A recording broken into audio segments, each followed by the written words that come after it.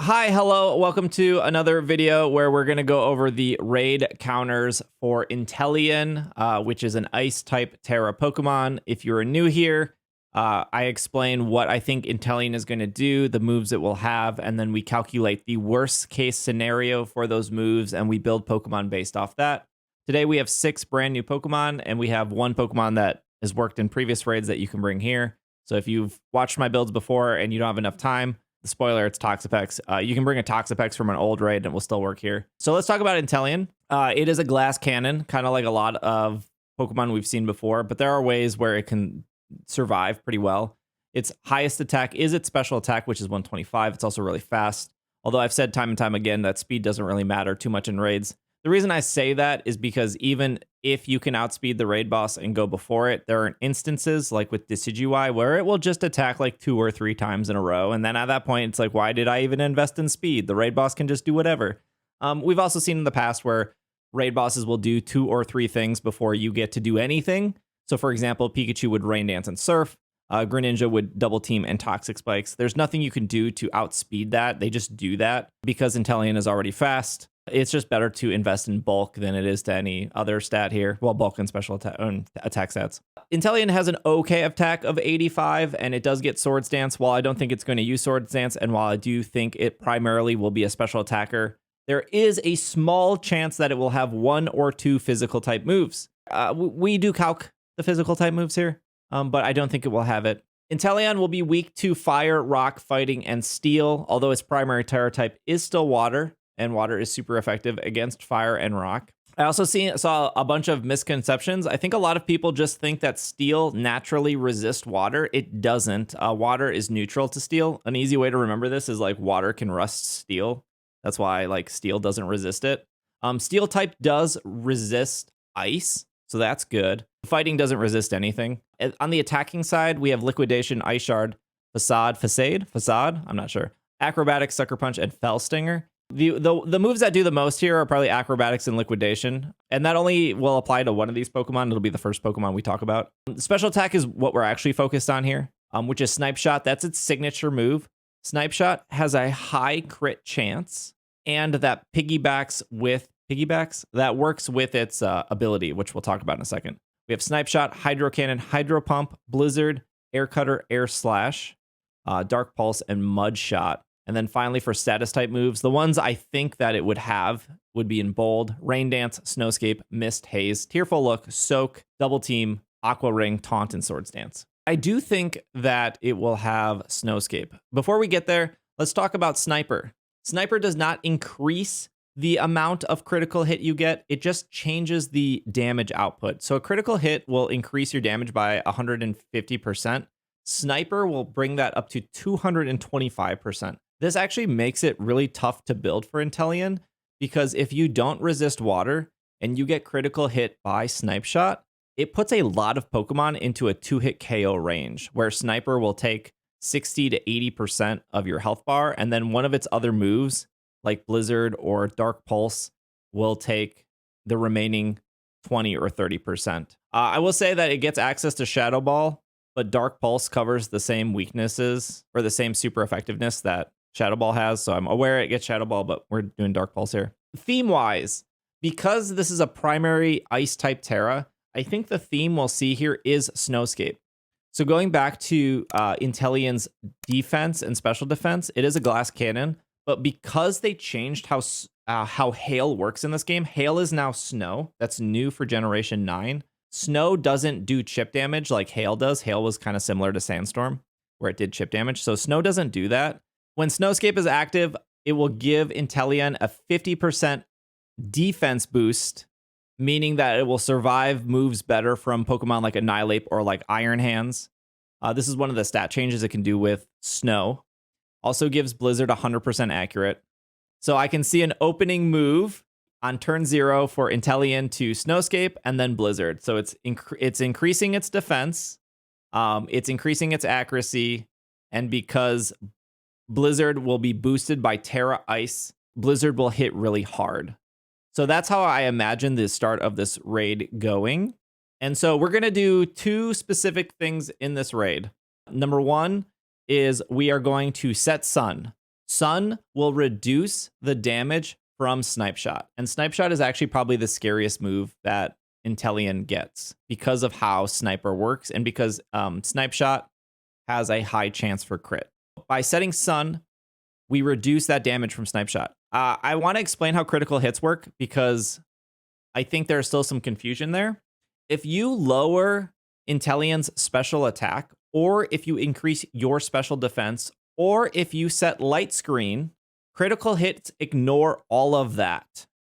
And so that's why Snipe Shot is so scary. If you set Sun, Sun does affect the damage of Snipe Shot, crit or not crit. So that's why setting Sun is really good here. You'll notice that some of our Pokemon will have fire type moves to take advantage of that. The second thing we're going to do, so number one I said is setting Sun is really important. Number two is we want to get rid of Sniper. If we get rid of Sniper, we take two moves that actually cause a lot of problems for Pokemon, which is Snipe Shot and Air Cutter. They both have high chance for crit, so they both get this 225 damage boost instead of the 150. So we have multiple ways to set Sun, and we have multiple ways to remove the Sniper ability.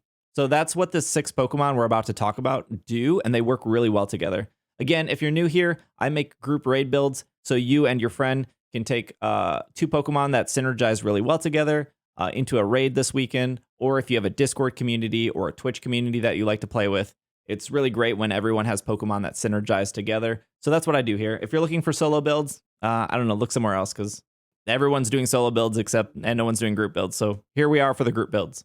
First Pokemon I want to talk about is Blissey. I think a lot of people have Blissey built for 5 and 6 star raids. But Blissey is really great here because of its insane HP stat and its special defense stat. Now, I did mention that Inteleon could have 1 or 2 physical type moves. We actually prepared for that. Although I don't think you should ever bring Blissey to a physical raid. I do think Inteleon will be mostly special attack, if not all special attack. But in case it has liquidation, we do prep for that. But Blissey does the 2 things we want to do: set Sun and remove the ability. And that's why it's here. It also will keep everyone alive. Now, before the comments rush and say Chansey with Eviolite is better, no, it's not. The reason being is because if your Blissey is dying, that means your teammates are probably dying, and that means you have probably lost the raid. So as a Blissey player, if you have brought Blissey to a special raid and you are dying, the raid has gone terribly wrong. Chansey does get a little bit of extra defense from the Eviolite item. You waste your held item slot on the Eviolite, and again, your team there's no one else that is going to be standing next to Blissey that has this high of HP and this high of special defense. Like, if Blissey should be the last Pokemon to die, and / it should never die. So again, if Blissey is dying, you have something terribly wrong with your raid. Now, our Blissey will have 160 in HP, 60 in defense, 188 in special attack, and 100 in special defense. Now, a lot of Blissey builds are just 252 HP, 252 special defense.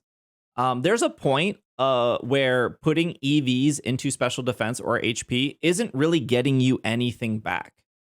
We had to put like 20 more EVs just to go 0.5% in special defense, and it really wasn't worth it because Blissey is taking little to no damage here. As you can see, Snipe Shot is a 4-hit KO. Dark Pulse is 10-hit KO. Air Cutter is a 7-hit KO. Blizzard is a 6-hit KO. Blissey will set Sun here. Turn Snipe Shot into an 8-hit KO. We don't need any more defense. We can use the leftover EVs, put it into special attack. Blissey gets access to Flamethrower. While you probably won't be hitting the Flamethrower button, you'll be able to do some damage in between stuff. Your main job is, number 1, to set Sun, and number 2 is Blissey gets access to Skill Swap. We're going to set Sun. We're actually going to give it the Heat Rock. That will last 8 turns. So that will reduce Snipe Shot for everyone. It will boost any fire type moves that are happening. It will get rid of snow. It will get rid of rain. On turn 2, you're going to skill swap. So we're going to how we pilot Blissey is we're going to Sunny Day turn 1. We're going to skill swap. That's going to give Inteleon the healer ability, which is useless for Inteleon. It's going to give us Sniper. So now Sniper doesn't do 225 damage. It will only do the normal 150 that crits do. We then have Flamethrower just to do some chip damage, and then we have Life Dew to keep our team healthy. That's pretty much it. Blissey is like autopilot. You're going to rotate between Life Dew and Flamethrower. That's pretty much it. There was a really good question that we got is when should I Life Dew and when should I Heal Cheer? Life Dew is based off your speed stat. So this is one of the small instances where speed matters. If you have somebody weak on your team and you go to Life Dew, Inteleon is going to probably go first because it's faster and it's going to finish off that Pokemon. So if you have a teammate that is like 25% HP or 30% HP and you go to Life Dew, it is possible that Inteleon will be able to knock it out. So Heal Cheer has priority healing. It ignores Inteleon or any raid boss's speed stat, and it will heal automatically. So with Blissey, you want to be a proactive healer. If you've ever played Final Fantasy XIV or any other MMO like World of Warcraft, you're not healing your team anytime they're at like 20%. As a healer, you are constantly healing their team to keep them healthy because you don't want to panic heal when you have a panic heal button. That's Heal Cheer. So again, you're going to do Sunny Day. You're going to skill swap. You're probably at that point going to Life Dew. Make sure everyone is healthy, and then Flamethrower. If everyone's over 50% HP, or I would say 75% HP, feel free to Flamethrower. Otherwise, you just want to top everyone off. You want to keep people topped off because of critical hits, because of weird things that happen, because of Inteleon being able to attack 2 or 3 times in a row. Life Dew, unless you need priority healing, then Heal Cheer. If you're an excellent Blissey player, you will actually be able to save your 3 cheers for either defense or attack, because you're just on top of Life Dew duty. The reason we're doing Heat Rock is because it gives you more time. It gives you 3 full turns to Life Dew to do other stuff instead of setting Sun over and over. And again, we don't need the Eviolite. We're going to get more value out of the Heat Rock than we would an Eviolite Chansey. I can't stress enough with Chansey, or Blissey, sorry. Blissey has a defense of 10. Pidgey, a single Pidgey has a defense of 40. Don't bring Blissey to physical raids. The reason we have 60 in defense is the pure chance that Inteleon gets liquidation. It lets us survive 3 liquidations if that's the case. And if for whatever reason Inteleon does get liquidation, we can actually teach Blissey Chilling Water. But Pidgey has a better defense stat than Blissey. Also, just a different Pokemon is Cloyster.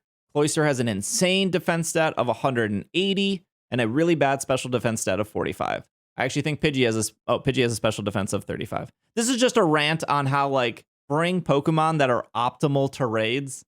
Blissey's special defense, outstanding. Cloyster's physical defense, outstanding. So we want to try to use Pokemon that really fit in their roles properly.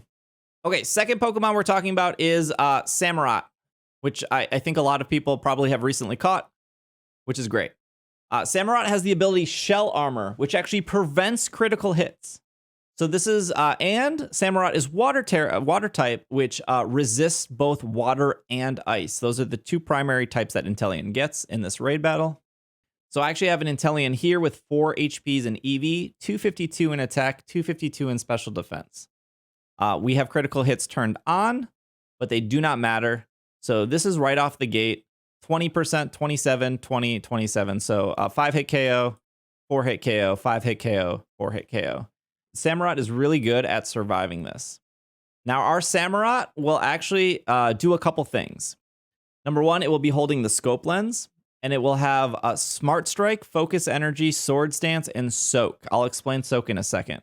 How to pilot Samurott is pretty easy. You're going to Focus Energy. Focus Energy is really great because it cannot be cleared. I think a lot of people learn this with with doing the Samurott raid is once Focus Energy is set up, the only way that it goes away is when you faint. Focus Energy plus Scope Lens will give us 100% critical hit on Smart Strike. I'll get to why we're using Smart Strike in a second. And then Sword Stance, obviously, to boost our physical attack. Now, if we look here, I have Smart Strike, Sacred Sword, Aqua Cutter, and Nightshade. Sacred Sword does more damage, Sacred Sword and Smart Strike are both super effective. We don't want to run Aqua Cutter because so many of our Pokemon will be setting Sun. That just doesn't synergize really well. That actually will bring Aqua Cutter down. So we don't actually want to run Aqua Cutter, although it is great because it has a 50% chance of decreasing its attack. And Night Slash has high crit, but we can get around that with Scope Lens. Oh, that should be Night Slash, not Nightshade. Night Slash. There we go. It's still bad. It's still bad. So let's look at the top two, Smart Strike and Sacred Sword. We can put critical hit on both of them, and they're doing great damage. Sacred Sword doing a little bit more. The problem with Sacred Sword is if we fighting type Tera, we have no resistances anymore because water will hit neutral and ice will hit neutral. If we Tera Steel, we actually end up doing more than Sacred Sword, and we still get the resistance from any ice type moves. Now, we don't get the resistance anymore from water, but because 3 of our 6 Pokemon have easy access to set Sun, Snipe Shot is still doing about 20%. So that's why we're doing Smart Strike over Sacred Sword. Going back, you're going to see the move Soak. Now, Soak does not work on the raid boss, and it doesn't work on Pokemon that have already terastallized. You wouldn't be able to soak Inteleon anyways. Soak is for those players that bring bad Pokemon. Let me explain. Let's say somebody jumps into your raid with a Koraidon. Now, Koraidon does set Sun, which is helpful. But as you can see, Koraidon takes, this is a 252 HP, 252 attack Koraidon. Koraidon takes 75% damage from Air Cutter and almost a one-hit KO from Blizzard. If we change Koraidon to a water type, all of a sudden this Koraidon can survive. That's it. That's all it's for. It's for Annihilate players, Iron Hand players, Koraidon players. It literally gives Koraidon 2 resistances. It gives it a water resistance and it gives it an ice resistance, and it lets it survive. It's really great. Now, you might say, oh, it's going to lose its stab. Your stab doesn't matter when you're taking 90% damage every turn for a Blizzard. Like, when you are alive and you can attack, you will do more damage than constantly being dead. So you may not use Soak a bunch, but you will be able to use Soak to help out your team. Having, if your team terastallized, by the way, you can't Soak them when they're Tera. When they do Tera, they will change to the Tera type, and they will get their original stabs back when they Tera. But this is, a lot of players are like, well, if I can get to Tera, it'll be okay. This is pretty much a button that you can press to help them get to Tera, so the start of your raid isn't a complete disaster.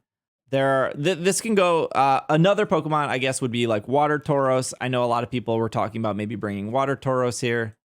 As you can see, Air Cutter is one-shotting Water Tauros.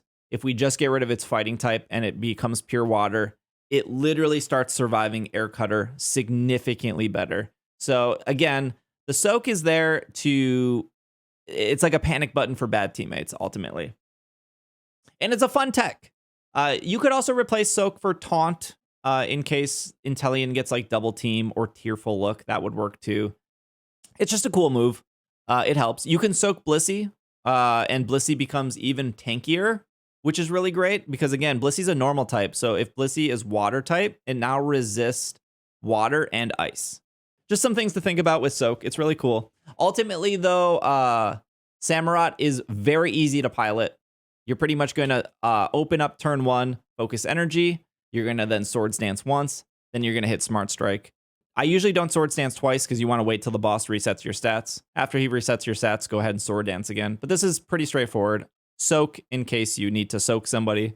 Before we move on, this is for the people who are actually paying attention and watching the video. There's a really cool tech you can do here. I talked about how you can soak Blissey to give Blissey even more ways to survive. When Blissey will use the move Skill Swap and remove Sniper from the raid boss, Blissey now has Sniper. And let me, once again, Sniper increases your critical hit from 150 to 225. Blissey doesn't need that. But we have a Pokemon we just talked about that will always crit in the sun, because Blissey's going to set sun, of course. We are going to remove the sniper ability. We're just going to give it Slush Rush. It's fine. We're just going to remove the sniper ability. And we're going to give Samurott the sniper ability. So Blissey is ultimately going to... This is just a fun tech. I'm not saying you have to do this for all raids. Blissey can take Sniper away from Inteleon. Blissey now has Sniper. Blissey gives Sniper to Samurott. We Terrastalize. We have Sniper. We have Crit. And then we do one Swords Dance. And we are doing about 500% damage. Now, a raid boss's HP bar is about 3,000. So that's about 6 Smart Strikes. That's just a Blissey and a Samurott. So if you're, husband, wife, girlfriend, boyfriend, girlfriend, parent, child, Discord, MySpace, if you're any of those 2 people, this is a really great combo. Blissey will keep everyone alive, and Samurott will be doing damage. So it's a really great combo. They work really well together. That's why I want to start talking about those 2 first. They're both relatively easy to pilot, but also with the Soak skill swap can be complicated if you like fun, complicated things. Our next Pokemon will be Walking Wake. Walking Wake only has one ability. It's Protosynthesis that activates when the sun is up. Walking Wake can set sun himself. I kind of have like 2 builds for Walking Wake. I'll just go through it really quick. Walking Wake's a pretty easy Pokemon. We decided to do Assault Vest with Snarl, Flamethrower, Hydro Stream, Dragon Breath. You can put Mudshot here too if you want Mudshot over Dragon Breath. And you can also put Sunny Day. If you do Sunny Day, you can't do Assault Vest. So it's pretty much, I would do Snarl, Flamethrower, Hydro Stream, Sunny Day with Shell Bell if you would like to go that route. Or Snarl, Flamethrower, Hydro Stream, Dragon Breath with Assault Vest if you would like to go that route. One's bulkier. Naturally, one gets a little bit of health every time it attacks. It just depends on your playstyle. You're going to open up with 1 or 2 Snarls. That will help out the entire team. Obviously, that doesn't help when it crits, but we just talked about getting rid of crits. And ultimately, you're going to use Flamethrower outside of Tera. Once you Terrastalize, you will use Hydro Steam. Because we're going to stay as the Water Tera, so we have those resistances. Flamethrower in the sun does more damage than Hydro Steam. Hydro Stream while Tera, because it is a water type move and your Water Tera will do more damage there. It's just a simple damage flip. Sunny Day, if you have no one else to Sunny Day, but again, we have a lot of other Pokemon that can Sunny Day. If you're a Blissey player, sorry to go back to Blissey, there should only really be 1 Blissey a raid. 2 Blisseys are kind of overkill for a raid. If you have 4 Pokemon that have Sunny Day and one of them is Blissey, Blissey should be the one that Sunny Days.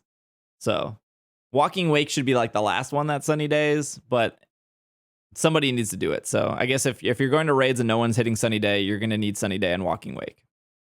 Okay, the next Pokemon I want to talk about is Drednaw. Drednaw has the same ability as Samurott, which is Shell Armor. So Drednaw can also not get critical hit. Now, Drednaw is doing one of the 2 things we want it to do. So at the start of this video, I said we want to get rid of its ability and we want to set sun. Drednaw cannot set sun, but it can get rid of its ability. Drednaw gets access to a move called Gastro Acid, which gets rid of its ability altogether. Now, if you're playing with a Blissey or the Samurott and you want to do the cool skill swap thing, this doesn't work because Gastro Acid just gets rid of it. It just gets rid of the ability altogether. But I'm assuming not everyone will have a Blissey, etc., etc. So this is just another way to get rid of the ability. Drednaw gets access to Stone Edge, Razor Shell, Swords Dance. You could maybe put Rock Slide if you need more PP than Stone Edge. Stone Edge is only 5 PP, so please PP up Stone Edge to 8. Body Slam if you want to fish for paralysis. Razor Shell is only here to fish for a 50% defense decrease. It won't do a lot of damage because probably somebody's going to set sun. Your main damage dealer is Stone Edge. Now, Stone Edge is great because it works with the item we're giving it. The item we're giving it is Zoom Lens. What Zoom Lens does is if you go second, your accuracy will increase. Stone Edge is a base 100 damage move with 80% accuracy. So because Inteleon will always go before us, it goes from 80% accuracy to 96% accuracy. So we're getting a good damage here from Stone Edge because we're using Zublens. So that's really cool. We also get Swords Dance, kind of the same thing with Samurott. You probably only want to Swords Dance once, Stone Edge, wait for the reset, Swords Dance again after that. But Drednaw is very easy to pilot. Gastro Acid on turn 1, assuming there's no Blissey. If there is a Blissey, just let Blissey do its thing. Swords Dance, Stone Edge, maybe squeeze in a Razor Shell if you're fishing for Tera. You could also do Gastro Acid, Razor Shell 3 times. That will get you to Tera, and then Swords Dance, Stone Edge. And then you probably won't have to worry about the PP situation. Again, anytime you have a move that's 5, PP it up to 8. I'm pretty sure you can buy PP ups for like 20,000 Poké Dollars. The next Pokemon I want to talk about is Slowking. Now, Slowking is a Psychic type Pokemon, meaning it would be weak to both Shadow Ball and Dark Pulse. I do have a solution for that. It does resist. It does have the water resistance though, and the ice resistance because of its water typing. The difference between Slowbro and Slowking. This is not a stored power Slowking, by the way. The difference between Slowbro and Slowking is just its defense and special defense. Slowbro has 110 in defense and 80 in special defense. Slowking has 80 defense and 110 special defense. So it's better in this situation over Slowbro because we know that Inteleon is a special attacker. Slowking has a lot of options. First off, its ability doesn't matter. Secondly, we're going to do Water Tera for the resistance. We're going to give it Light Clay. Slowking is going to be our Light Screener. Light Screen will take a move like Nasty Plot, which is a 3-hit KO, and turn it into a 5-hit KO. Slowking also gets access to Sunny Day, and it gets access to Flamethrower. So oddly enough, Slowking can learn Flamethrower. It's boosted with Sunny Day. You can boost that even better with Nasty Plot. And then finally, Slowking has access to Skill Swap. That is the same as Blissey or the same as Drednaw. We want to get rid of Sniper. So if you want to do that with Slowking, you can play that way if you would like. If no one else is going to Sunny Day, you're going to have to do it, but your priority would be Sunny Day first, Light Screen, Nasty Plot, Flamethrower. If somebody else is going to Sunny Day, very easy. Light Screen, Nasty Plot, Flamethrower. If you always have a Sunny Day player, going back to the Blissey situation, get rid of Sunny Day, maybe put on Skill Swap instead. But also Blissey gets Skill Swap too. So up to you. There's a lot of customizability here that you can do. Okay, our last Pokemon we're going to talk about today is Gardevoir. Gardevoir has the traceability. It has a pretty good special attack of 125. It has pretty good special defense of 115.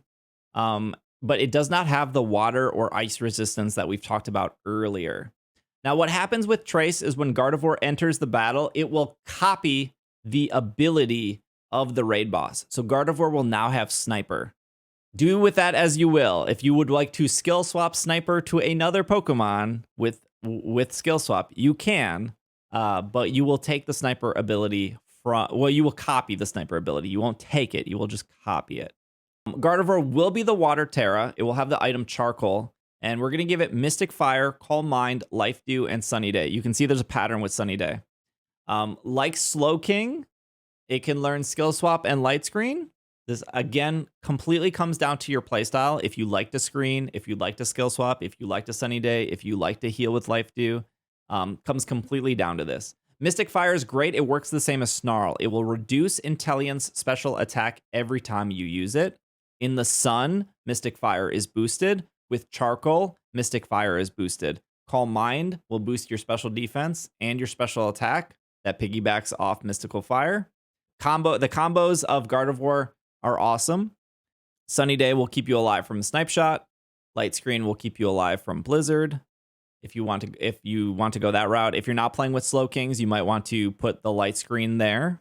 And the last thing I want to mention is Gardevoir is one of those Pokemon that do work well against with Samurott, because Gardevoir doesn't have any natural resistances to water and ice. Samurott can soak Gardevoir, and then Gardevoir can skill swap the Sniper that it just traced off of Inteleon and give it to Samurott, so they can benefit each other right off the bat. I think this is the most synergy we've ever made in one of my raid build videos. And big shout out to my Twitch chat, specifically Mega Dirt Potato and Rocket Grunt for coming up with some of these gimmicks.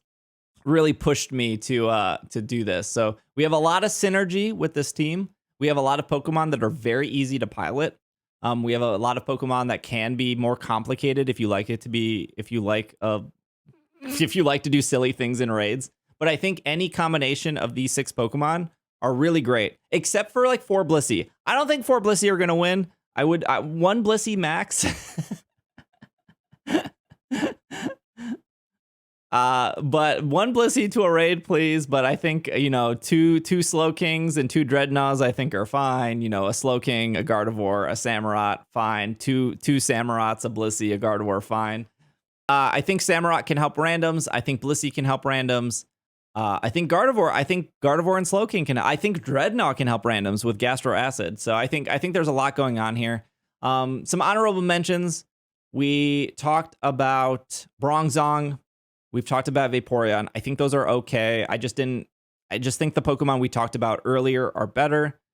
Toxapex, and I'll put the Toxapex raid build up. It's pretty much the same Toxapex as the last couple raids. You're going to, Toxapex is really easy to play. You're going to Acid Spray and you're going to heal, and you're going to squeeze in some attacks. We talked about a bunch of Pokemon that are okay. Iron Hands, Tasaguri, Frostmoth, Florges, Abomasnow is like really weird, but yes, technically okay. There's a lot of Pokemon that I don't recommend purely because they get 2-hit KO'd from either Snipe Shot, Air Cutter, or Blizzard. And this is the list of Pokemon that got 2-shot from a lot of Pokemon. Some of them work once you set Sun, some of them work once you set Light Screen, but I don't think any of these are better than the 6 we recommended. And then never bring Breloom, Electros, Copperajah, Palafin, Scovillian. Those are the absolute worst that we probably calculated. I think that's it. I think that covers everything. I think that's the whole video. It says I've been recording for 35 minutes, so I don't know how to cut that down to 20 minutes, but we'll figure it out. All right. Thank you for watching. Here's a cat. Feel free to like, subscribe, and do all the things. And goodbye, YouTube.